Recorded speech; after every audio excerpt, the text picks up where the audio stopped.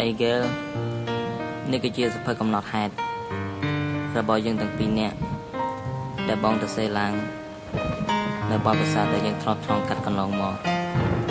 ហើយលើប្រហែលជាម៉ោង3ទៀតភ្លឺបងបានយកវាម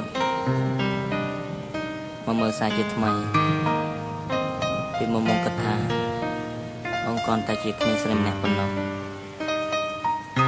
ហើយសារតែអូនអត់ចេះឆ្លងថ្នល់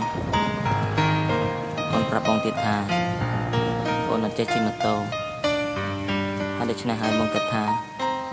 បងគ្រាន់តែជាក្មេងស្រីម្នាក់ប៉ុណ្ណោះប៉ុន្តែនៅពេលនេះបងទើបតែដឹងថាក្មេងស្រីម្នាក់នេះគឺជានារីដែលបងស្រឡាញ់ខ្លាំងបំផុតបងគេមិនលួងដោយសារតែបងនឹងរួមស្រីភ្លៀងធ្លាក់ខ្លាំងណាស់តើអូនកំពុងតែធ្វើអ្វីបងនឹកអូនធ្ងួយធ្ងររកមានស្ងួននឹកដល់អូនក្រុមវេលាអូនដឹងទេថាបងស្រឡាញ់អូនប៉ុណ្ណាបានជីវ៉ាជីវិតបងរួមក៏គ្មានន័យសងខំមីយោដងហើយប្រាប់ស្រីថា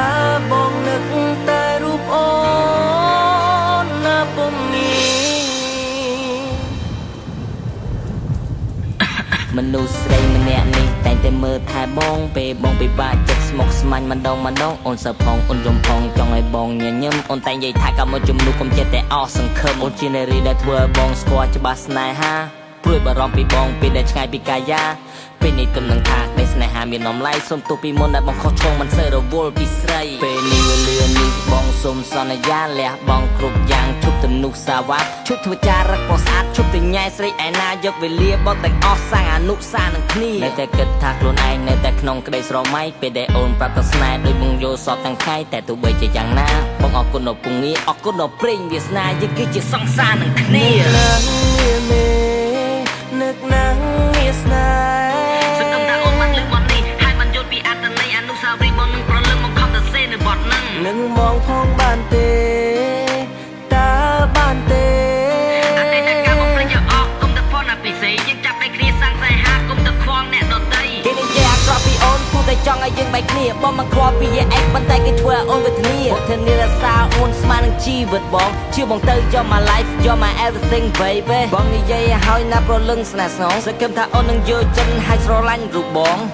មិនចង់បានវ័យក្រៅពីស្នេហាពិតហាត់តែលេខថា Mr. ពលិសស្រឡាញ់រូបអូនអស់មួយជីវិតសំឡេងរបស់លោកនេះបន្ទាប់ពីលើសំឡេងពីបងនឹងថាលើអូនកំពុងកេង